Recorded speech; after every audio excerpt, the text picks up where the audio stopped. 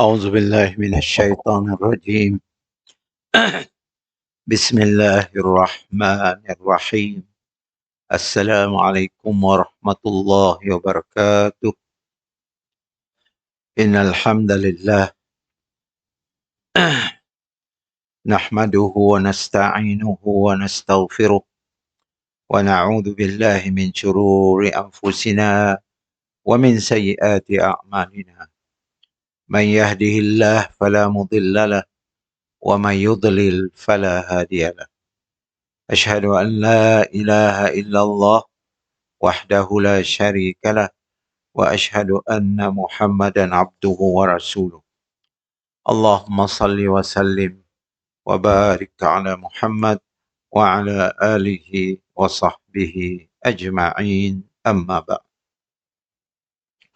Alhamdulillah, hari ini insyaAllah kita membaca kitab Aqidah Wasithiyah, di mana kita berada di muka surat 595.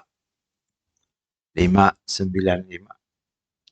Masih lagi kita membicarakan berkaitan dengan ayat Al-Quran yang dibentangkan di situ. Ada beberapa ayat. Kita angkat ayat di muka surat 594 ya. Wa ma ubarri'u nafsi inna nafsal la'ammaratum bisu. Dalam ayat ini Allah memberitahu tentang di jiwa manusia ada keburukan. Okay. Ada benda yang si betul, si bagus dalam jiwa manusia. Sampai Allah berfirman tadi, dan aku tidak membebaskan diriku dari kesalahan. Kerana sesungguhnya, kata Allah, nafsu itu selalu menyuruh kepada kejahatan. Jadi nafsu selalu menyuruh kepada kejahatan. Ia disebut ammaratum bisu. Ammarah ya nyuruh. Su ya jahit. Sentiasa terlintas perkara-perkara yang buruk. Baik. Akan tetapi jiwa ada dua macam, sebenarnya tiga. PCR lah nombor tiga dikira yang satu.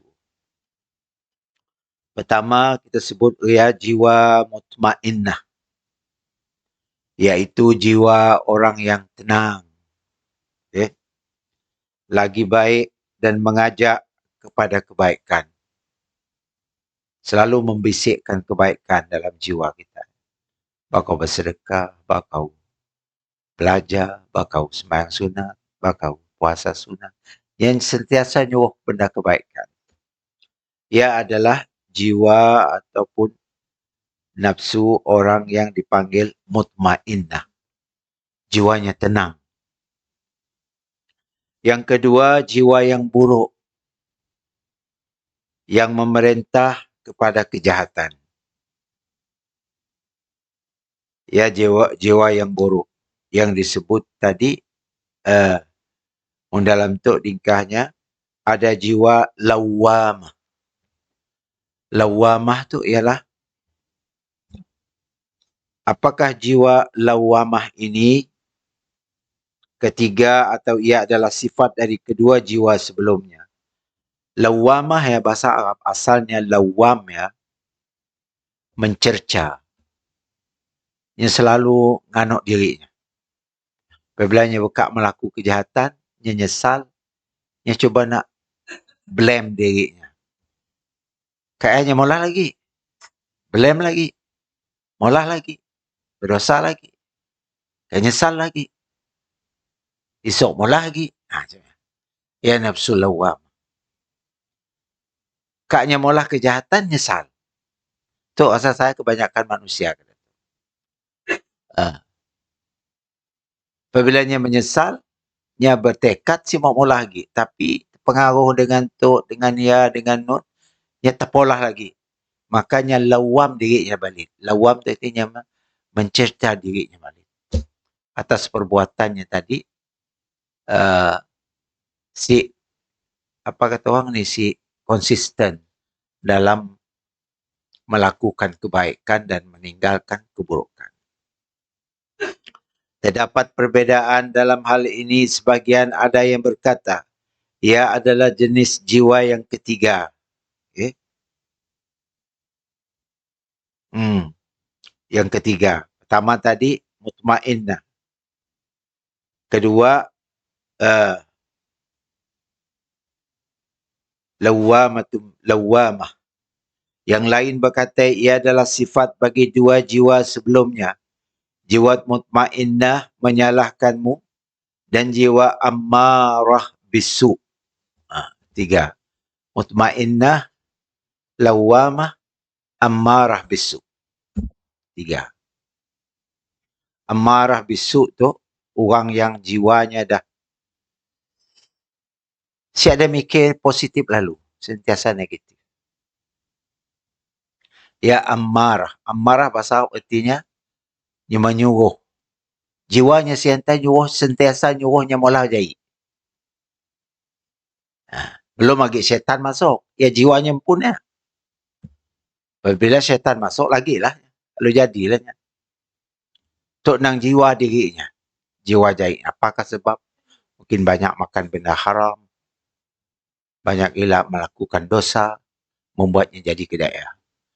Jiwanya si dibersih. Membuat jiwanya sentiasa ammaratum bisu. Menyuruh kepada keburukan. Terus menerus. Nok ketiga tadi, lawamah. Lawamah tu macam kata saya tadi lah. Kaknya mula keburukan. Dia nyesal. Dia blame dirinya balik. Kena aku tu bodoh aku. Misalnya, tinggal semayang. Dulu, si aku mau tinggal lagi. Dia pun bertekad si mau tinggal semayang lagi. Esok lusa berkaya leka, tinggal lagi semayang. Kayaknya cecah dirinya balik. Dia lawam. Jadi nafsu manusia ada tiga. Mutmainnah, jiwa yang tenang, yang sentiasa nyuruh mula kebaikan. Kedua, ammaratum bisu, yang sentiasa nyuruh mula kejahatan.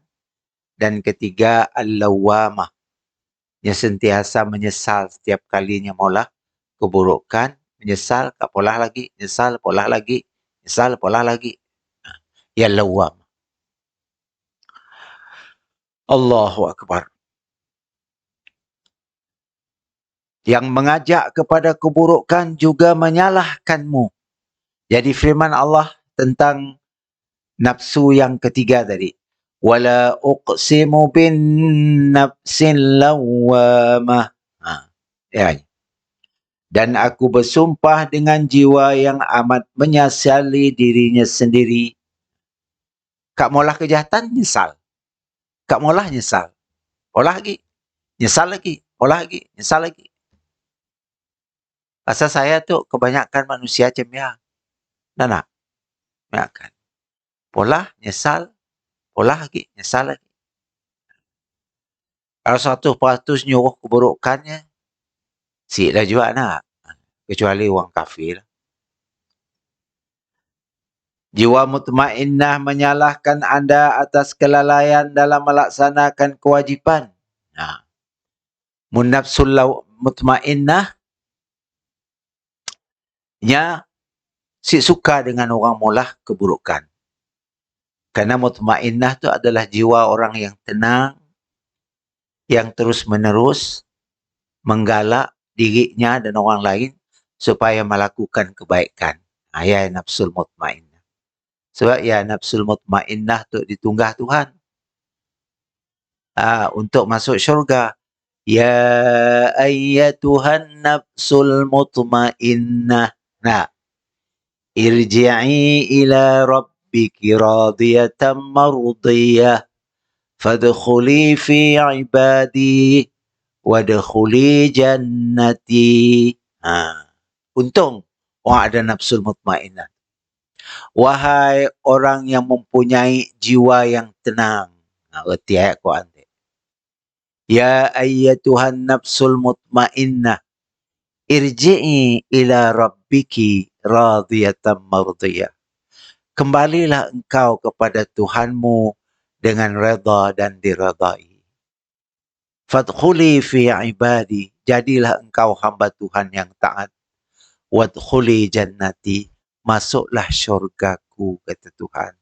Welcome, masuk syurga. Silakan masuk syurga.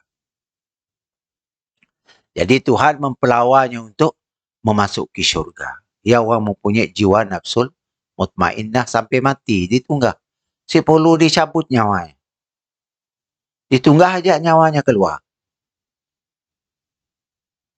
Ya ayyatuhan nafsul mutmainnah.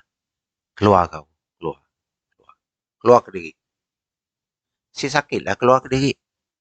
Sakit juga lah. Tapi siklah sesakit dirintak ke daerah. Okay? Sebab destinasinya fadkhuli jannati, masuklah syurgaku. Kini tu kau masuk. Cabut kau masuk. Okey. Dalam kubur lah. Belum dah masuk syurga ni. Nikmat syurga diingkah dalam kuburnya. Baik, ia orang yang mempunyai jiwa mutmainnah. Dia selalu blame orang yang suka melakukan kejahatan. Yang nanggau orang malah kejahatan atau dirinya, yang akan menasihati. Ia orang nafsu mutmainnah. Senang aja kita nak nanggau ciri-ciri orang macam ya. Dia suka nanggau orang melakukan maksiat. Bila orang lakukan maksiat, dia tetap dia cepat-cepat negur. Kerana jiwanya siap nerima. Menderhakai Allah. Dia orang jiwa yang tenang. Yang disebut mutmainnah. Sebab dalam Tuk Madah, jiwa mutmainnah menyalahkan anda atas kelalaian dalam melaksanakan kewajiban. Kena kau Tuk Lusit semayang. Yang kau Lusit semayang. Bala semayang lagi sia. Bukan surat 595. Bala semayang lagi sia. Apa hal kau Tuk lalai semayang? Ayah orang nafsul mutmainnahnya. Siapa nangga orang melalaikan kewajiban terhadap Allah Ta'ala. Orang yang ada nafsul mutmainnah. Saya kisah. Kau semayang ketika kau. Salahku semayang dah. Ya, lain cerita. Ia nafsul sama ada lawamah atau ammarah bisu. Menjadi ammarah bisu ia teruk benar. Jiwanya nang si ada nyuruh kebaikan lalu. Katanya lah saya masuk neraka. Yang penting aku masuk surga. Jenis macamnya. Penting diri. Ya ammaratum bisu. Lawamah tadinya sentiasa nyesal. Kaknya molah nyesal. Kaknya molah nyesal. Polah lagi esok. Nyesal lagi lusa. Lupit polah lagi. Nyesal lagi tulat. Gialah. Seterusnya. Maka ia menyalahkan anda atau apabila anda melakukan yang haram, maka ia menyalahkan anda. Ia orang nafsul mutmainnah. Nya amat memelihara perlakuan dirinya dan orang di sekitarnya. Supaya nisik menderhakai Allah Subhanahu Wa Taala. Dia rasa sik tenang. Kalau nyenangga salah seorang daripada keluarganya melakukan keburukan, melakukan kejahatan ataupun kawan-kawannya, dia akan negur. Ia orang mutmainnah. Kena tu orang tu malah kena tu. Berdosa ya, misalnya. Ya jiwa mutmainnah. Adapun jiwa ammarah bisu, yang sentiasa nyuruh kepada keburukan, adalah sebaliknya. Pun lagi. Si bos semayang indah dulu, Pak. Kelak-kelak kau biak, Pak. Apa juga ya kau semayang? Ya semayang kerja orang tua, katanya. Bukan kerja orang muda, semayang. Ayah orang mempunyai jiwa yang ammarah namanya. Apa arti ammarah? Sentiasa nyuruh molah benda negatif. Sentiasa nyuruh molah benda dosa. Malahnya si senang hati nangga orang molah kebaikan. Sakit hatinya. Sebaliknya mutmainnah tadi. Sakit hati nangga orang molah keburukan. Tak. Sebaliknya apa? Ia juga menyalahkanmu apabila kamu tadi. Jadi, melalaikan keburukan yang diperintahkannya. je lambat kau tu apa curi ke siap. Nya marah untuk lambat bertindak. Kedung nak ya, siap ada orang nangga ya. Oh, cepat ke sini, curi kali ya. Hanya marah. Orang si maulah benda jahit. Ya wa amarah bisu. Semadi orang si nangga siap kau tu. Ambil ya, curi. Pergi supermarket, curi supermarket misalnya nak. Siap ada CCTV siapa? Pergi curi siap. Ngat kau gosip curi jaga kau. Palak kau tekok. Dia sakit hati dengan gosip olah keburukan. Ya amarah bisu. InsyaAllah. Adakah macam ni? Ada.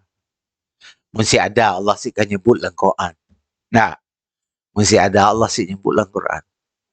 Allah nyebut dalam Quran artinya benda ya. Ada. 3 nafsu ya. 3. Mutmainnah, amarah bisu, lawamah. 3. Jadi menurut pendapat yang rajih, pendapat yang paling sahih adalah bahawa jiwa lawamah merupakan sifat yang kedua jiwa sebelumnya. Lawamah.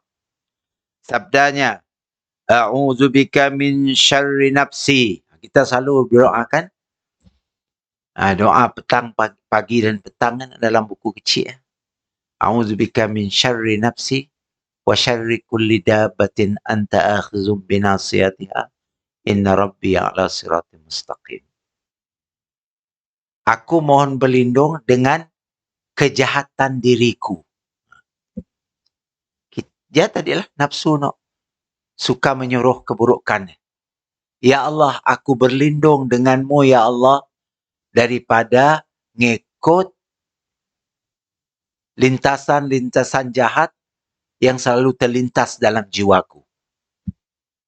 Jadi doa yang berbunyi a'udzubika min syarri nafsi wa min syarri syaitani wa syirkihi.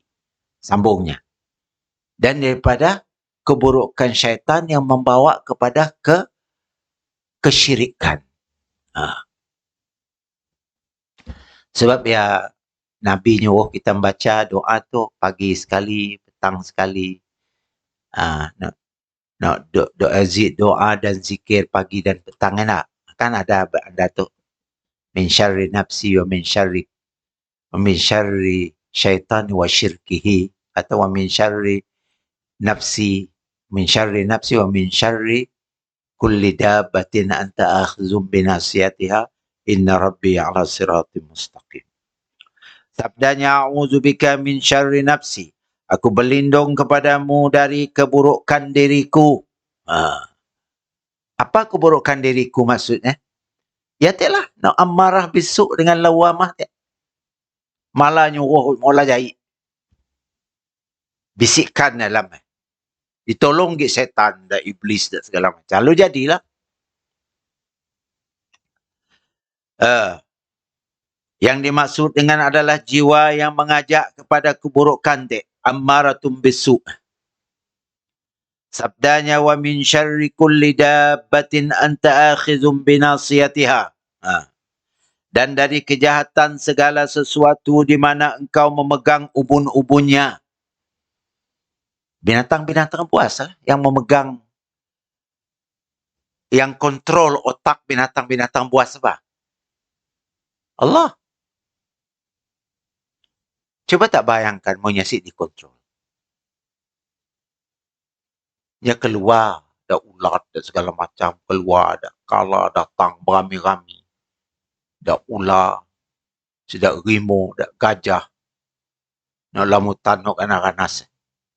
Jadi kita di samping minta jauh daripada keburukan diri kita, kita juga minta jauh daripada keburukan ciptaan-ciptaan Allah yang lain, yang kontrol, yang megang ubun-ubun nanti, yang mengkontrol mereka ini adalah Allah Ta'ala. Coba bayangkan kalau si dikontrol. Adanya kan lapar nak makan orang. Okey. Jadi A'udzubika min syarri nafsi wa min syarri kulli dabbah anta akhidhum binasiyatiha. Dan dari kejahatan segala sesuatu di mana engkau memegang ubun-ubunnya. Yang kontrolnya artinya. Ad-dabbah adalah semua yang berjalan di muka bumi. Ular, kala, jengking. Dan binatang-binatang nak buas-buas ya. Ia dipanggil dabbah. Binatang berbahaya. Maka kita minta Allah lindungi kita daripada diserang, digigit, diagak oleh binatang-binatang dabbah nak buas-buas nak bisa-bisa, ada ular, ada kala, ada spider, ada segala apa. Minta jauh. Okey? Semua yang berjalan di muka bumi, bahkan yang merayap pun termasuk ke dalam hadis ini. Nak merayap, dak lepeh, dak semut, dak cicak. Baca ya selalu, insya-Allah. Cicak saya ada di rumah kita. Cicak, tikus. Mutang anaknya, makin banyaknya. Nak celaka tikus lah, kan? Baca aja tawakal dengan Allah. Kita baca. Tapi dalam doa pagi dan petang ya, si ada tu. Yang ada doa pagi dan petang ya. Min syarri nafsi wa syarri syaitan wa syirkihi. Kan ni aja nak. Tu dalam doa Abu Darda ada. Okay. Allahumma anta rabbi la ilaha illa anta alaihi tawakkaltu wa anta rabbul arshil azim. Ma syaa Allahu kana wa ma lam yasha' lam yakun. La hawla wa la quwwata illa billahil aliyil azim. A'lamu anna Allah ala kulli syai'in qadir wa anna Allah qad ahata bi kulli syai'in ilma. Allahumma inni a'udzu bika min syarri nafsi wa min syarri kulli dabbatin anta akhizum binasiyatiha. Inna Rabbi ala siratim mustaqim. Termasuklah orang perompak-perompak yang nak ngaco rumah kita. Amalkan. Dah diberi saya minggu ya. Orang malam saya dah beri. Orang siang ada diberi. Okay? Kelak kita beri sidat siang tu je. Kadang-kadang di photostat diimbak oleh Ajah Pipah ya. Diimbak Ajah Pipah pulang. Kita ada beri dah doa-doa siang pagi tadi, pagi hari. Kena pagi rami tu penuh. Nalo? Penuh tu. Belatuk separuh, belaya penuh. Rami rompan pagi. Alhamdulillah. Jadi dibaca ya, insya-Allah Allah akan memelihara, Allah akan mengutus malaikat-malaikat untuk memelihara sekitar rumah kita daripada diganggu-ganggu oleh apa aja jenis makhluk. Sama ada ya sihir, sama ada ya orang-orang jahil yang suka nak mencuri, nak merompak, segala macam. Okay, insya-Allah. Doa Abu Darda ataupun rumah hangus. Kisahnya Abu Darda tu kampungnya hangus. Terpasuk rumahnya ada sia. Jadi masanya nyagik semayang. Pasnya semayang rumah ada Abu Darda. Yang semayang di masjid lah. Rumah kampung yang hangus, termasuk rumah kau hangus. Abu Darda kata, si mungkin rumahku hangus. Kerana aku telah membaca doa atau zikir yang Rasulullah SAW berikan kepadaku. Nak tahu? Allahumma inni a'udzubika min syarri nafsi wa min syarri syaitan wa min syarri kulli dabbatin anta akhizum binasiyatiha inna rabbi ala siratim mustaqim. Okay? Kelak kita pergi insyaAllah. Dah dari photostat Pipah banyak. 50 salinan. Baik. Kemudian kita lihat lagi binatang yang merayap pun termasuk ke dalam hadis seperti firman Allah. Wallahu khalaqa kulla dabbatin mimma faminhum man yamshi ala batnih Dan Allah telah menciptakan sebuah jenis haiwan dari air. Maka sebahagian dari haiwan itu ada yang berjalan di atas perutnya. Apa? Ular. Ular ada kaki. Yang melonsong perut macam apa? Pergi laju. Ular. Allah madah, aku ciptakan binatang semua dengan air. Air lah, air mani binatang yang pun lah. Kemudian ada di antara binatang yang aku cipta, yang si ada kaki, pinya berjalan, pakai perut. Ala batnihi. Batnihi itu perut. Okay? Macam ular tu. Lipan ada kaki nak. Lipan banyak kakinya. Beratus kaki. Biawak ada kaki nak. Enggak sih ada kaki ya, ular lah. Apa? Cacing lambat jalan nak. No, ya, saya ada kaki juga macam ada lintah nak. Saya ada kaki lintah. Macam ni je jalan no, lintah. Ada ular juga lah. Macam ya. Pacat ni ada kaki nak macam ya. Jadi Allah madah ada binatang yang aku cipta berjalan pakai perut. Pun termasuk. Mungkin dalam kasut kita ada kalajengking. Tapi oleh kerana kita membaca doa ya pagi ya, kita jadi tahu, wah ada sesuatu dalam. Kalau kita masuk terasa cabut, ada kawan saya dulu. Nyalah. Dalam kasutnya kan kasut kita ringkas di luar. Ada kalajengking segala macam berjalan-jalan. Masuk lemnya landing, lemnya tidur. Pagi esok apabila pump kita masuk kaki, dah gigitnya. Tapi biar kaya oleh karenanya ada baca doa ya tadi, mohon perlindungan kepada Allah Ta'ala, yang masuk kakinya, yang rasa ada sesuatu, tariknya balik, si sempat gigit. Pukul-pukulnya kasutnya, kalah dalamnya, besarnya, ya, nyempun speed, nak gigit. Okay?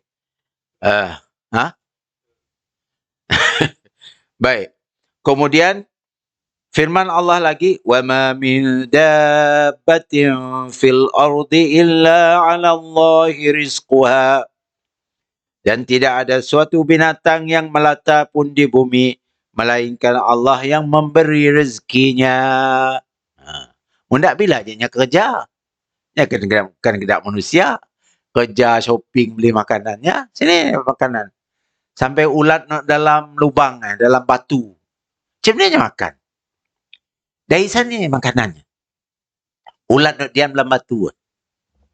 Pap tak macam-macam batu, buka adanya alamnya. Macam ni makanannya. Allah jawab. Tidak ada suatu pun binatang melata pun di bumi, melainkan Allah yang memberi rezekinya. Dengan cara yang kita faham. Macam ni. Dengan cara yang kita faham. Okay, kecuali kita mula kajian lah. Dalam lubang misalnya. Dalam lubang tanah. Macam ni. Yang boleh hidup lah. Dari sini sumber makanan.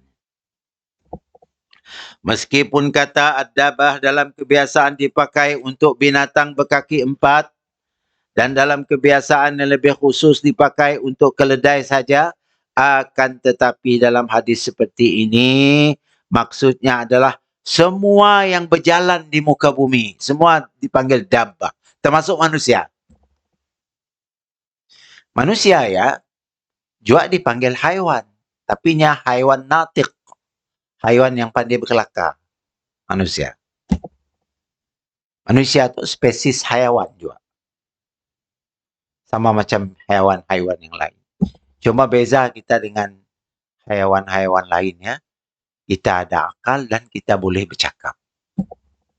Binatang lain, mungkin dia bercakap bahasanya, kita faham. Apa yang melata di muka bumi terdapat kejahatan padanya. Memanglah. Canda ular, dak kala, sentiasa mencari mangsa. Ini si peduli siapa?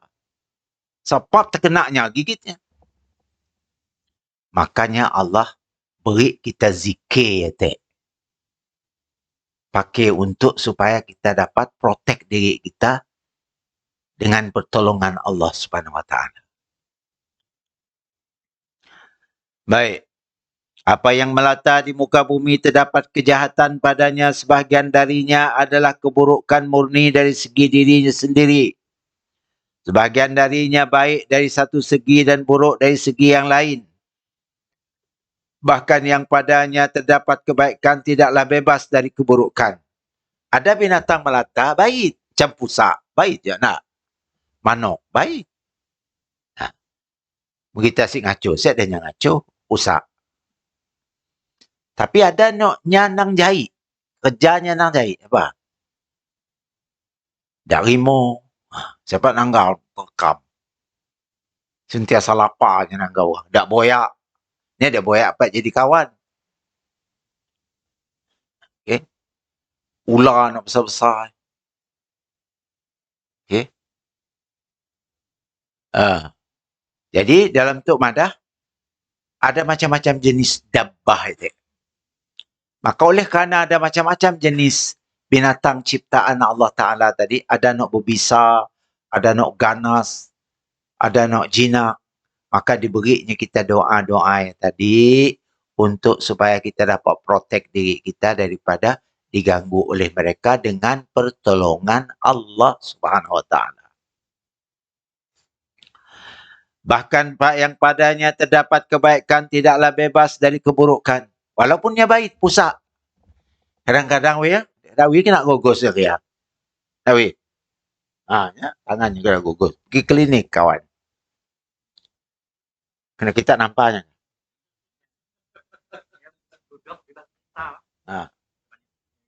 Pakai tak.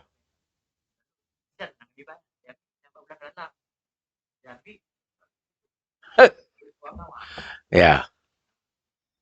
Betul kata dalam tu tadi. Ada yang baik tetapi nyesik bebas dari keburukan. Kerana nyesik faham kita. Nyesik faham, wah niat Dawi itu kan bagus. Takut kena pirit kereta. Nah, mbaknya keluar. Tapi nya lain cerita. Dia fikir orang tu nak attack-nya nak. Okey. Mungkin pagi asyik baca doa tu kali. Dawi. Baik. Sabdanya anta akhizum binasiyatiha. Yang engkau pegang ubun-ubunnya. Engkau yang kontrolnya. Monitornya. Ubun-ubun adalah bahagian depan kepala. Di sini yang disebut adalah ubun-ubun kerana ia berada di depan. Ia adalah yang dipegang untuk mengendalikan hewan tunggangan dan semisalnya. Ubun-ubun yang dipegang. Ada yang berkata ia disinggung secara khusus kerana akal dan otak yang merupakan alat untuk memahami dan menerima berada di bahagian depan kepala. Wallahu a'lam. Macam-macam pendapat lah. Tapi saya lebih suka menterjemahnya bahawa binatangnya tadi yang kontrol mereka adalah Allah Subhanahu Wa Ta'ala. Baik kita minta tadi. Anta akhizum binasiyatiha. Ya Allah, kontrolkanlah binatang-binatang ini supaya nisi mengancam kehidupan aku. Okay. Sabdanya lagi, antal awwalu falaysa qablaka syai'. Engkaulah yang pertama, sebelummu tidak ada sesuatu. Ini adalah tafsir Nabi SAW terhadap sabdanya al-awwal, yang pertama, yang merupakan salah satu nama Allah. Jadi Allah ya ialah al-awwal. Apa arti? Yang pertama-tama. Si ada yang dulu daripada Allah, si ada. Allah yang maha pertama. Sebab yang nama al-awwalu ya salah satu nama Allah dalam Asma'ul Husna. Al-awwalu wal-akhiru. Okay? Allah yang pertama. Si ada sebelum Allah ya. Si ada kehidupan sebelum Allah. Dan Allah si pernah sebelum. Yang sentiasa ada. Dari belum ada penciptaan apa-apa, Allah memang ada. Macamnya. Sebab ia salah satu namanya Al-Awwalu. Yang pertama-tama, yang si ada sebelum Allah ya. Dan Allah si pernah sebelum.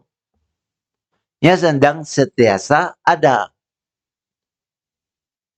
Ada sejak azali lagi. Kita madah Allah ada permulaan. Kufur kita.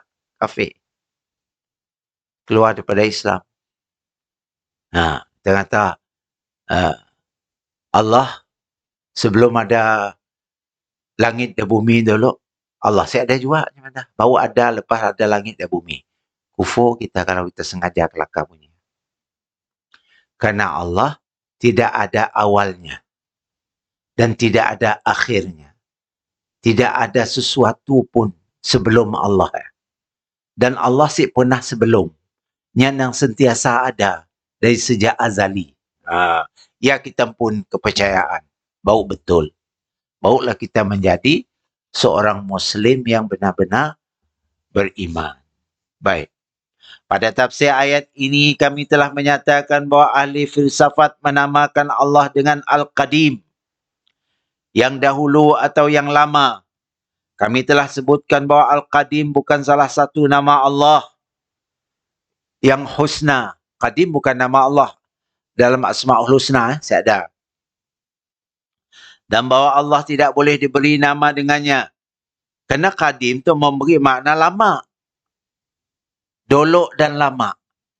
Kita madah Allah yang dolok. Sebelum Allah? Siapa? Atau kita kata Allah tu lama. Mungkin kita menyifat Allah tu adalah benda lama. Maka Al-Qadim ya si sesuai ada dalam Asma'ul Husna. Dan yang si ada pun. Cuma ada setengah orang. Engkah nama Allah Al-Qadim. Ayat si betul. Jangan Jangan memasukkan nama Allah perkataan Al-Qadim. Okey. Baik. Allah tidak boleh diberi nama dengannya. Akan tapi ia boleh diucapkan untuk Allah sekadar mengkhabarkan kerana mengkhabarkan lebih luas daripada pemberian nama. Kerana Qadim bukan termasuk Asma'ul Husna yang mengandung kekurangan kerana ia bisa bersifat relatif. Bacalah firman Allah. وَالْقَمَرَ قَدَّرْنَاهُ مَنَازِلَ حَتَّى عَادَ كَالْعُرْجُونِ الْقَدِيمِ. Ada perkataan qadim dalamnya. Surah Yasin. Dan telah kami tetapkan bagi bulan manzilah-manzilah. Tempat-tempatnya.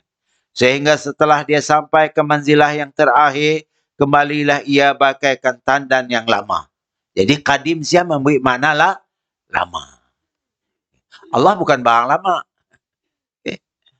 Allah bukan barang lama. Allah ada sejak azali. Si pernah si ada.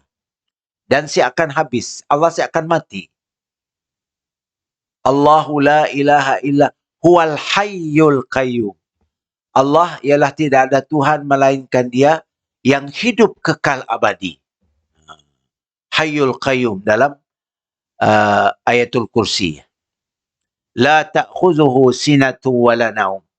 Allah tidak tidur, Allah tidak mengantuk, apalagi tidur. Okey? Lahu ma fis samawati wa ma fil ard. Miliknya lah 7 petala langit dan 7 petala bumi. Ya semua milik Allah Subhanahu wa taala.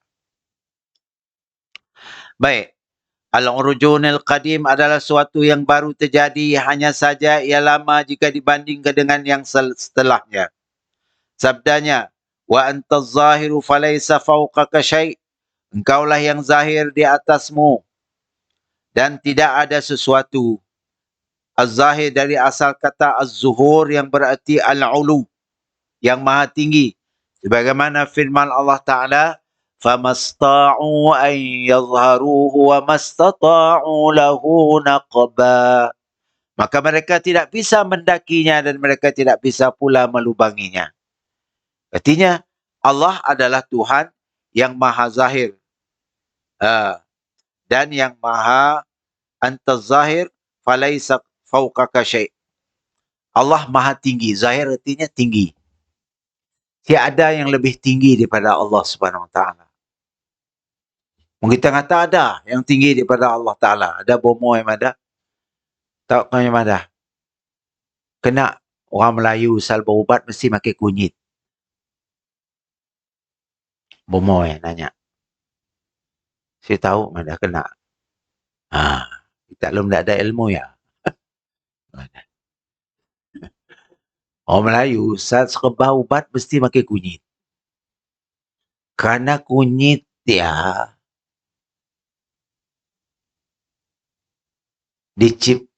kunyit dia dicipta sebelum Allah. Bagaimana sebenarnya? Kunyit dicipta sebelum Allah. Adakah? Sebab ialah kunyit serba dipakai. Ayat adalah kepercayaan yang sesat. Jadi kufur. Pinya tu tak bomoh. Ya, saya nanya apa? Kita tu sikit-sikit kunyit. Sana ya kunyit, tutuk kunyit, ya kunyit. Kerana kunyit dia lahir dulu daripada Allah. La haula wala. Jadi kita orang Islam, Ahlus Sunnah wal Jamaah, tiada yang lebih dahulu daripada Allah. Allah adalah yang terdahulu. Tiada yang lebih dahulu, lebih awal daripada Allah tiada. Dan Allah pernah tiada.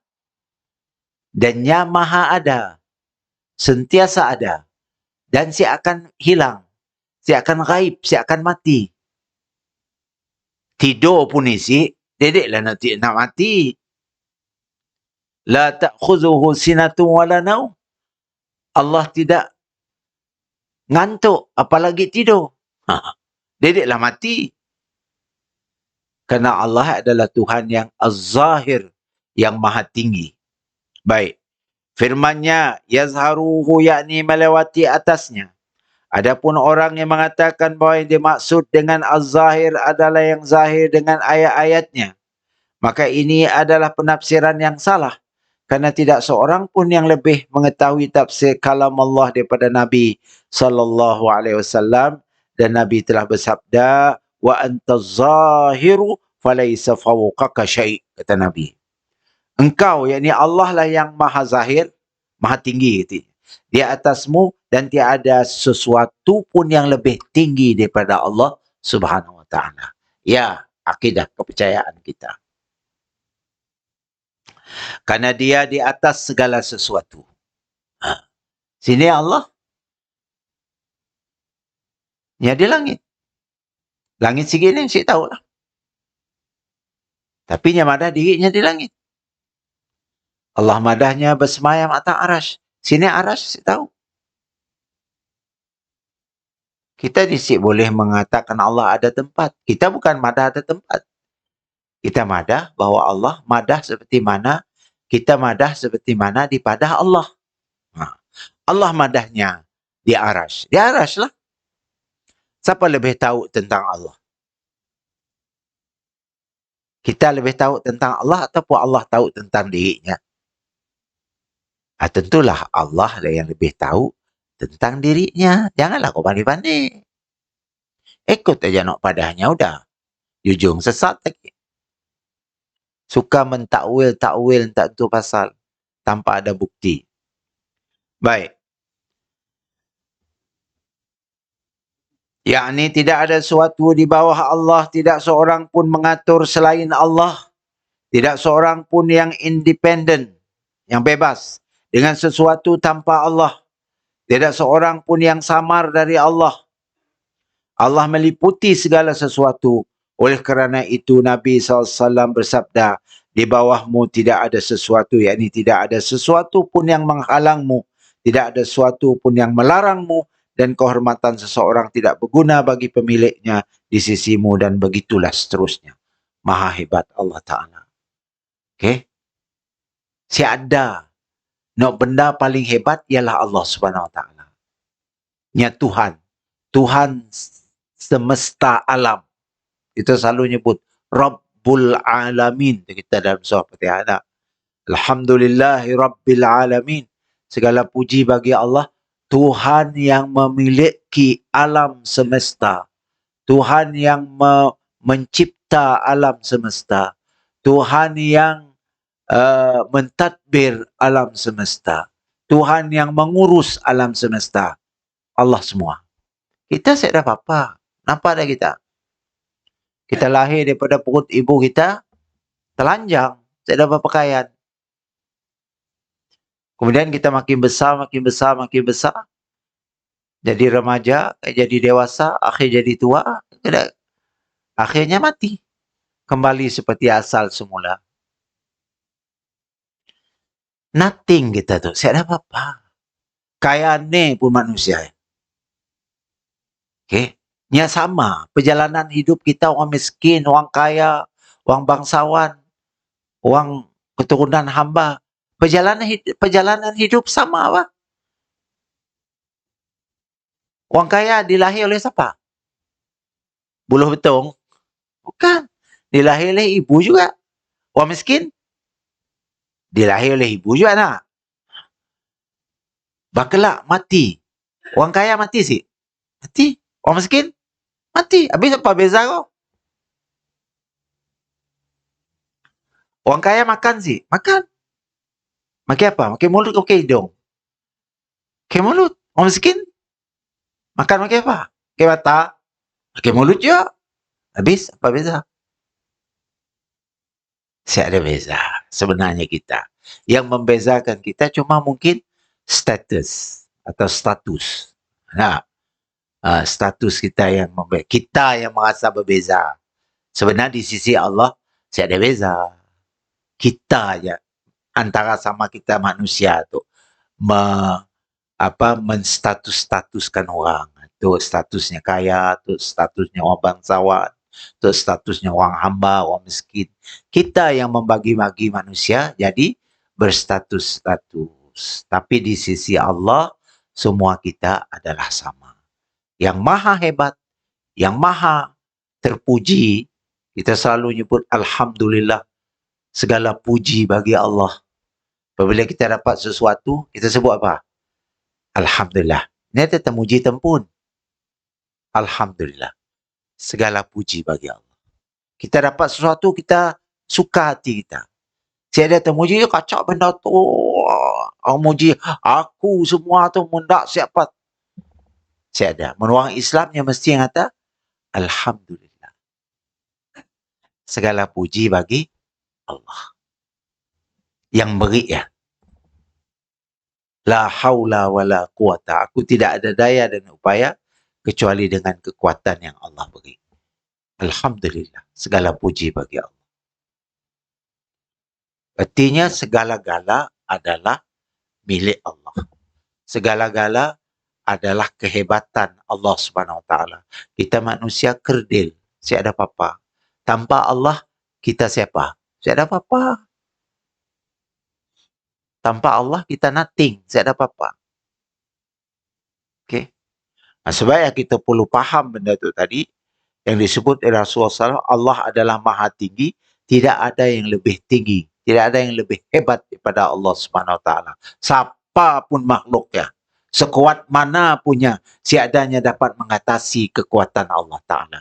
La haula wala quwata, tidak ada daya dan tidak ada upaya illa billah, kecuali dengan kekuatan yang Allah beri.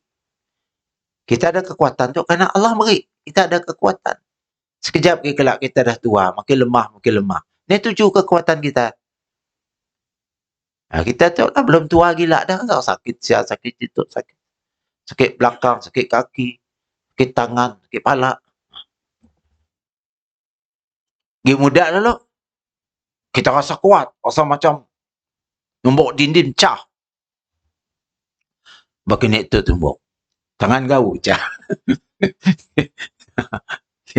Jadi semua kekuatannya berasal daripada Allah Subhanahu Wa Taala. Dan sabdanya lagi, wa antal batin falaisa dunaka syai'. Engkaulah yang maha batin. Di bawahmu tidak ada sesuatu. Yakni tidak ada sesuatu di bawah Allah. Tidak seorang pun mengatur selain Allah. Tidak seorang pun yang independen, yang bebas dengan sesuatu tanpa Allah. Kita manusia sih bebas. Kita mengikut undang-undang Allah. Karena yang mencipta kita Allah. Allah yang mengatur kehidupan kita. Tidak seorang pun yang samar dari Allah. Tiada yang si nampak. Ha. Ada hamba samar bagi Allah. Si ku kenal siapa ya kata Allah. Si kan mungkin Allah jemaah. Karena semua makhluk yang berada di alam semesta itu adalah ciptaan Allah. Semua Allah kenal. Dari sekecil-kecil ciptaannya semut, kayak tungo, hama, yang paling kecil nak. Apakah Allah sih tahu? Apa ikut hama ada sia? Tahu. Disebut dalam Quran, la tasqutu min waraqin illa ya'lamuha. Tidak jatuh satu daun pun di muka bumi, di laut, di daratan, di mana-mana, kecuali daun-daun yang semua berada dalam ilmu Allah. Kita daun pokok bunga depan rumah kita siap pandai ngitung. Pegik guguk sari. Tapi bagi Allah, benda yang senang. Tidak jatuh satu pun daun di dunia tu, di lautan, di daratan, di hutan, di taman, di mana-mana, kecuali ya semua dalam pengetahuan Allah Subhanahu Wa Taala. Maha hebatnya Allah Subhanahu Wa Taala. Biar terasa jiwa kita merasa Allah yang hebat. Barulah kita nama orang beriman. Jangan sekali-kali dalam fikiran, dalam jiwa kita merasa bahwa Allah ya diragui kehebatannya. Jangan. Boleh membawa kepada kekufuran. Baik. Tidak seorang pun yang tadi Allah meliputi tidak seorang pun yang samar dari Allah. Allah meliputi segala sesuatu. Oleh kerana itu Nabi SAW bersabda, di bawahmu tidak ada sesuatu. Yakni tidak ada sesuatu pun yang menghalangimu. Tidak ada sesuatu pun yang melarangmu dari dan kehormatan seorang tidak berguna bagi pemiliknya. Siapa dapat ngalang Allah? Ibu lain. Ngalang mati. Dapat? Kita dapat ngalang Allah daripada mematikan kita. Siapa? Mun dapat Fir'aun dulu, dah dapat. Hebat kan Fir'aun ni lah. Mun mati dapat dihalang, nescaya Fir'aun dulu dapat ngalang diri jadi mati. Si jadi mati. Hanya si tahu yang ngepung Nabi Musa dengan tenteranya, dengan tidak Bani Israel ya. Dia si tergambar pun bahawanya akan lemas di lautan merah. Kenapa bila nya datang di tebinnya, nya nangga lautan ni terbelah bah. Ada jaraya tengah. Nya nak ngejar nya pun turun siap sama askar-askarnya, turun juga. Bila tentera Musa dan Bani Israel dah sampai ke sebelah, laut dia bertutup balik. Mati lemas. Macam ni. Apakah nya dapat menghalang dirinya daripada mati? Syed dapat. Syed dapat. Didik kita. Okey? Kerana kita adalah makhluk yang lemah. Tiada satu pun dapat melarangmu dan kehormatan seorang tidak berguna bagi pemiliknya di sisimu. Apapun kehormatan yang kita ada, Datuk kah, Datuk Seri kah, Tun kah, Tan Seri kah, Datin kah, Datin Paduka kah. Bagi Allah ya tidak ada apa-apa. Ya cuma untuk kehidupan dunia aja. Untuk mengembirakan, orang dah dapat ya gembira. Okey? Ya untuk kehidupan dunia aja. Di sisi Allah benda yang ada faedah bang sikit pun. Okey? Ada faedah bang sikit. Di sisi Allah Ta'ala. Kerana Allah nangga apa? Taqwa. Inna akramakum indallahi atqakum. Orang yang paling mulia di sisi Allah adalah orang yang paling takwanya kepada Allah. Bukan orang yang paling banyak pingat, paling banyak gelar, paling banyak title, bukan. Ya hanya untuk kesukaan kita hidup di dunia itu aja. Baik. Sabda Nabi lagi. Iqdi anni dain. Iqdi anni ad-dain. Lunasilah hutangku. Hutang adalah hak orang lain, baik berupa harta atau lainnya. Misalnya aku mengambil sesuatu darimu dan belum membayarnya, inilah hutang meskipun tidak tertunda. Wa aghnini minal faqri. Sabda Nabi lagi, dan berilah aku kekayaan sehingga terbebas dari kemiskinan. Tu doa lah. Doa dalam kotak yang kita baca ya. Doa di muka surat 592. Kita minta supaya Allah melunaskan hutang kita. Hutang tu ada dua jenis. Hutang yang kita niat nak bayar. Hutang sikit lagi yang kita nak escape daripada membayar. Sedangkan orang tempat yang berhutang dengan dia jauh, dah hanya melentok ke lain. Aku kena tagih. Ia orang berhutang yang si ada niat nak bayar ya. Nak nampak kau takut? Padahal belum dapat bayar. Tapi lari. Maka hukumnya dalam hukum fiqh, hutang yang kita niat nak bayar, tetapi sebelum habis bayaran kita, kita mati. Bukan kita semua bayar. Tapi kita mati. Si sempat bayar habis. Tapi kita nak nawai itu dalam hati kita, memang nak bayar. Tapi oleh kerana ajal sampai dulu, si sempat habis. Orang berhutang macam ya, maka Allah Subhanahu Wa Taala akan menjadi jaminannya di akhirat kelak. Ada satu lagi, orang yang berhutang lari daripada nak nagih hutang. Orang macam ya, apabila mati, rohnya si akan dapat naik ke langit. Ditendang keluar daripada langit untuk kembali ke dunia balik bersama jasad. Langit si nerima roh orang macam ya. Sebab ya kita kalau ada hutang-hutang yang jenis kedaya, cepat-cepat kita bayar. Macam hutang kini tu kita anggap macam hutang kereta, hutang rumah. Nah, kan kita berhutang semua. Tapi kita niat nak bayar rumahnya. Tak. Setiap bulan duit kita didakna. Dan kita niat bayar. Tapi oleh kerana ajal sampai dulu, sempat habis. Maka hutangnya asyik bahayalah. Di sisi Allah Subhanahu Wa Taala. Allah akan jadi penjaminnya. Kecuali kalau hutang kita ya berbentuk riba. Interest. Ayah dah berdosa kena riba. Okay?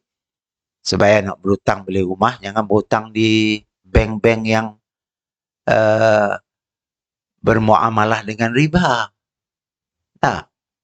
Cari bank-bank yang ada riba, ada interest. Karena riba ya dosa. Wala ta'kulur riba, kan dalam Quran. Jangan kamu makan riba. Alladzina ya'kuluna riba la yaqumul illa kama yaqumul ladzi yatakhabbatu syaitanu minal mas. Orang yang makan riba, kata Allah, yang akan keluar daripada kuburnya nanti di hari kiamat seperti orang kerasukan syaitan. Bahaya. Okay? Makan riba. Baiklah. Kita kembali kepada buku kita. Di antara doa Nabi lagi, iqdi anni dain, lunasilah hutangku. Dan yang kedua sabdanya lagi, wa aghnini minal faqr, dan berilah aku kekayaan sehingga terbebas dari kemiskinan. Itu doa diajar Nabi. Kefakiran adalah tidak punya penghasilan. Tidak diragukan bahawa kefakiran mengandung kerendahan diri. Kerana orang fakir, orang miskin, dianggap rendah oleh masyarakat. Dianggap hina. Maka kita minta, ya Allah, aghnini minal faqr. Bagus doa tu. Minta nangga dalam kotak, ya, muka surat 592, ayat doanya. Kita nangga. Aqdi anni dain, wa aghnini minal faqri. Boleh kita berdoa ya. Kalau kita merasa hidup kita susah, doa tu. Aghnini minal faqri. Atau kita banyak gila utang, zaman kita muda dulu. Maka minta Allah tolong bayar hutang kita. Iqdi anni dain. Lunasilah hutangku, wahai Allah. Dengan cara Allah nolong kita lah macam ni. Macam-macam cara yang kita tahu. Sedar. Okay? Yang penting kita yakin dengan Allah Subhanahu Wa Taala. Tidak punya penghasilan, tidak diragukan bahawa kefakiran mengandung kerendahan diri. Hutang mengandung kehinaan. Orang berhutang adalah orang yang tidak berharga di mata pemberi hutang. Dan orang fakir adalah lemah dan mungkin saja dia tersesat kepada yang haram. Disebabkan terlalu gila miskin, mungkin dia akan melakukan perkara-perkara haram, mencuri misalnya, makan benda-benda haram, jadi jahit, merompak dan sebagainya. Buktinya adalah kisah 3 orang yang terjebak di dalam gua. Ingat tak cerita ya? Lalu masing-masing bertawasul dengan amal salehnya. Di zaman dulu, ada 3 orang berkawan, terperangkap dalam gua. Tiba-tiba je batu besar di depan pintu gua tempat yang masuk tadi, terguguk, lalu tertutup pintu gua. Dah, dia terkandang dalamnya. Macam ni nak keluar dari sini? Cuba tak nanggap keajaibannya. Itu cerita benar. Dia bertawasul dengan amal saleh. Tahu bertawasul kah? Bertawasul dengan amal ibadat yang dilakukannya sebelum dia terkurung, terjebak dalam gua ya tadi. Macam ni caranya? Salah seorang dari mereka mempunyai saudara sepupu perempuan yang dicintainya. Dia menginginkan dirinya, hanya saja saudara sepupunya menolaknya. Dia suka dengan bertunggalnya. Bertunggalnya sih suka dengannya. Satu kali saudara sepupu ini mengalami kesulitan hidup. Maka dia datang kepadanya meminta bantuan. Tapi dia menolak kecuali jika sepupu perempuannya tersebut mengabulkan keinginannya. Kau mau nikah, aku mau menolong. Mati dia. Kau semua nikah, aku si mau. Karena terpaksa, maka saudara perempuannya tersebut mengiyakan. Tetapi ketika laki-laki tersebut telah duduk di depannya, seperti suami duduk di depan isterinya, sepupu perempuannya berkata kepadanya, wahai saudaraku, bertakwalah kepada Allah, janganlah kamu membuka cincin kecuali dengan haknya. Jadi orang lelaki itu nak ngacunya lah. Jadi orang perempuan yang madah, jangan kau ngacu aku. Jangan memperkosa aku lah katanya. Orang lelaki rupanya bukan ajak nak dijadikan isterinya, coba nak mengganggu perempuannya sebelum nikah. Wahai saudaraku, bertakwalah kepada Allah, kata orang puan. Janganlah kamu membuka cincin kecuali dengan haknya. Maksudnya jangan kau memperkosa aku lah, maksudnya perkataannya. Kerana kalimah ini bersumber dari hati yang mendalam, maka ia memberi pengaruh kepada laki-laki tersebut. Orang lelaki apabila dengar kata-kata ya, luluh hatinya. Okey? Luluh maksudnya sedih dan bercampur dengan nyesal. Maka aku tidak pun bangkit darinya. Orang lelaki pun angkat, cik jadinya nak memperkosa sepupu tunggal itu. Dia berkata, maka aku tidak melakukannya padahal dia adalah orang yang paling aku cintai. Cik jadinya melakukan benda tadi. Nasihat yang mulia tersebut menyadarkannya dan dia pun meninggalkannya. Ayah kan benda bagus. Kita nak melakukan maksiat. Tiba-tiba kita tersedar cik jadi maulah. Ia kan suatu tindakan yang baik. Apabila dia dengar kata-kata orang perempuan yang tadi. Jangan kau melakukan dengan aku. Bertakwalah kepada Allah. Dia tiap lalu tersentak, luluh hatinya, nyesal, lu angkat, cik jadinya melakukannya tadi. Lihatlah kepada kefakiran wanita ini. Ia hendak menjual kehormatannya kerana kemiskinan. Jadi Nabi SAW bersabda, wa aghnini minal faqr. Berilah kami kekayaan sehingga terbebas dari kefakiran. Nabi memohon ini kepada Allah kerana kefakiran memiliki banyak dampak buruk. Sebab ialah Nabi nyuruh kita berdoa supaya jangan jadi orang yang fakir atau terlalu gila miskin. Kerana orang miskin dihina orang. Kita semua umat Islam hidup terhina. Sebab ya Nabi ngajar doa tu. Bagus dia amalkan doa tu tadi. Cerita ya tak habis. Kita nyambung cerita ya. Jadi sidak 3 tu tadi, masing-masing. Muna aku tadi nyemadah si jadi memperkosa perempuan ya adalah merupakan ketaatan kepadamu, wahai Allah, maka bukakanlah pintu gua. Batu nak ngalang pintu gua terbuka sikit. Tapi belum dapat keluar. Nak kedua lagi madah saya juga. Aku baik dengan mak aku, selalu jaga mak bapak aku. Ya Allah, sekiranya penjagaan aku terhadap ibu bapa aku ya satu amal yang saleh, maka aku bertawassul, bukalah pintu gua. Terbuka lagi sikit. Tapi belum dapat keluar. Anak dudi sekali pun bertawassul dengan amal saleh juga. Akhirnya pintu gua yang terbuka semua, dapat keluar sidak tiga. Cuba tak nanggap kekuatan doa dan tawassul dengan amal saleh. Boleh bertawassul dengan amal saleh. Katalah kita berzikir. Astaghfirullah, astaghfirullah 100 kali.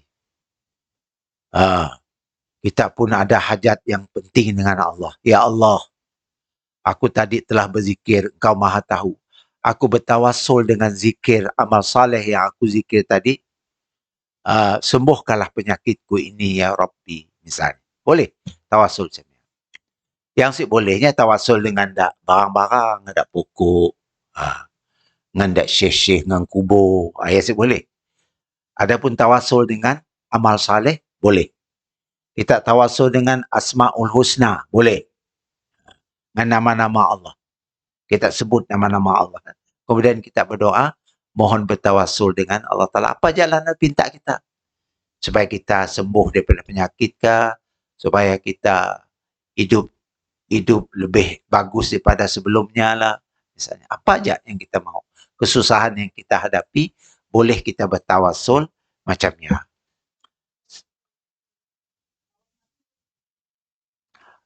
Kita baca salawat Nabi, kita bertawassul, ya Allah, sekiranya salawat aku dengan Nabi tadi mendapat pahala daripada sisimu, maka aku bertawassul dengan salawat tersebut supaya engkau kabulkan permintaan. Boleh macam ya? Okey, boleh. Kadang tak salawat kan ibadat. Ya, sama amal saleh juga lah. Kita boleh bertawassul dengan amal saleh. Salawat termasuk ibadat. Man salla alayya marrah sallallahu alaihi biha asyarah. Kan Nabi marah macam ya. Siapa bersalawat dengan aku sekali, maka Allah membalas salawatnya 10 kali. Dalam Quran pun ada nyuruh, ya ayyuhallazina amanu innallaha malaikatahu yusalluna 'alan nabi.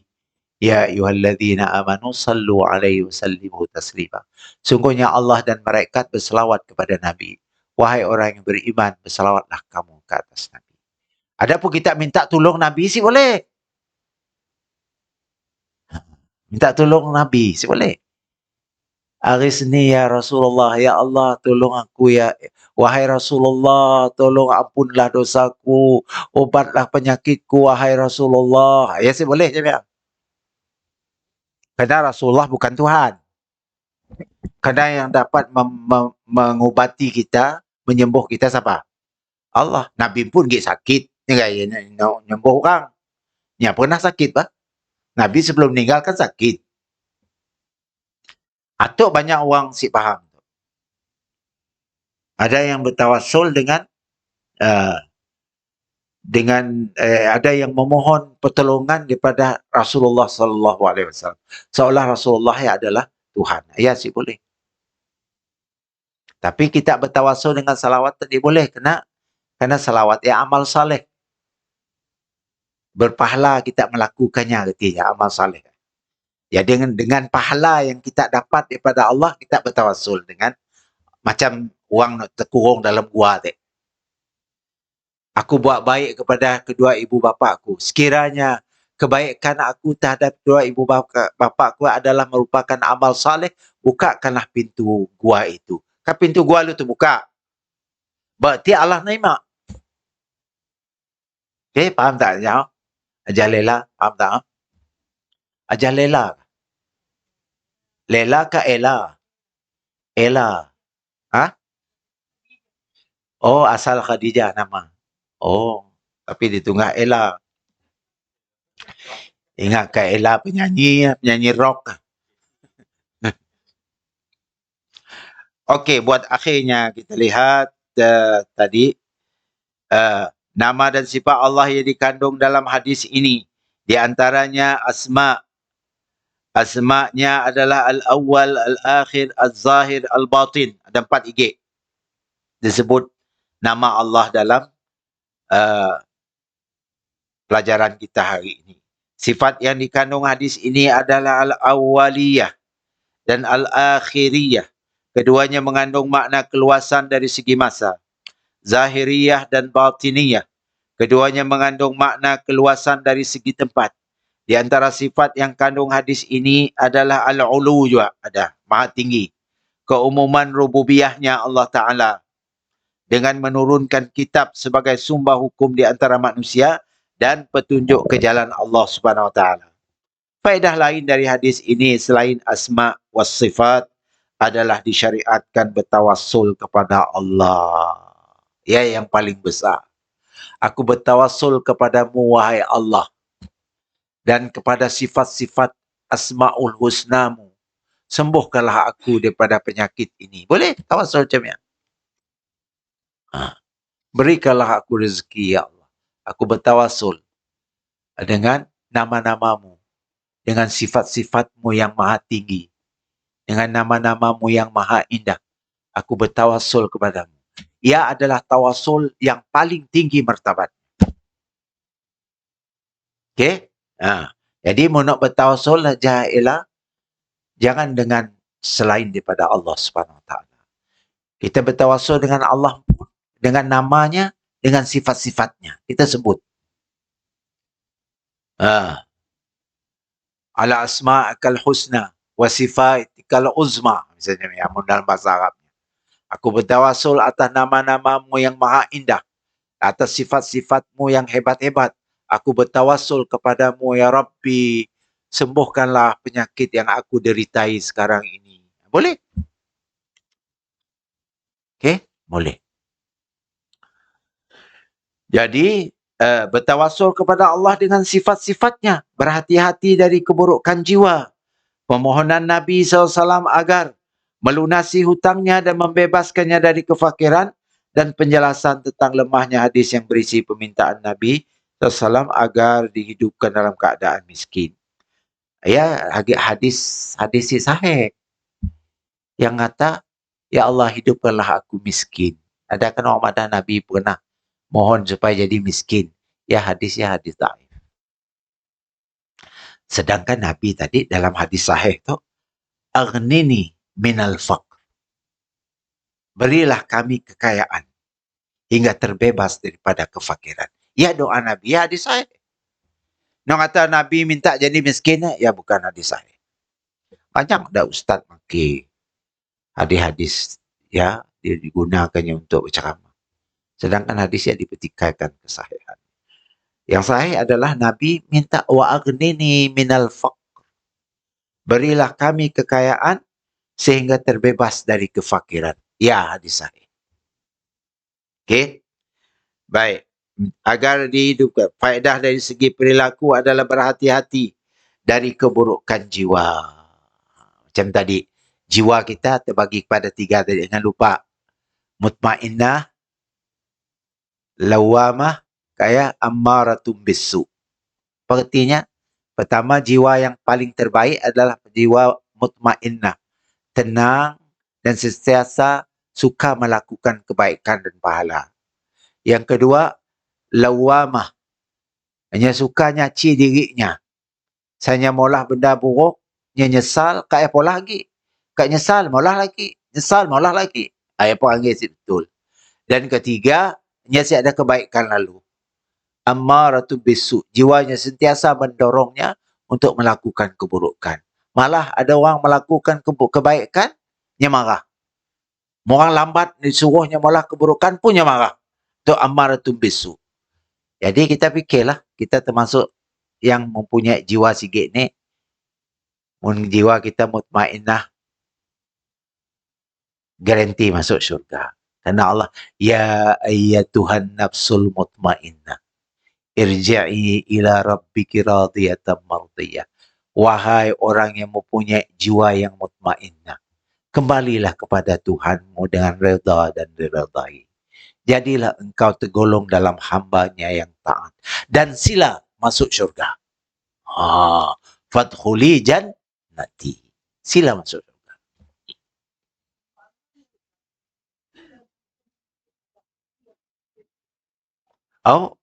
Bersihkanlah hati kita. Mungkin pada permulaannya hati kita ialah termasuk orang yang ammaratun bisu, yang suka nyuruh mulah jahit.